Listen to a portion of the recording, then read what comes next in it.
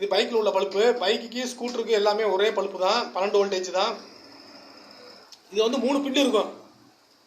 Bulb எரியுதா எரியலையாங்கிறத எப்படி நம்ம check பண்ணுறதுங்கிறத நம்ம வீடியோவில் பார்ப்போம்.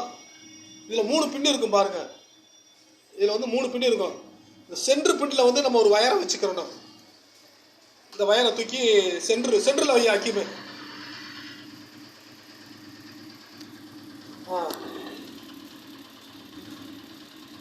சென்ட்ரு பின்னில் வச்சிட்டியா?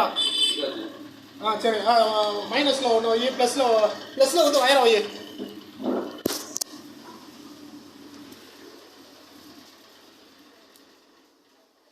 இது வந்து லைட் எரியுதாப்பா? இருப்பா, லைட் எரியுதா? பையன் இது வந்து பிரைட்டா? ஆமாம். டிம்முக்கு மாற்றி வை.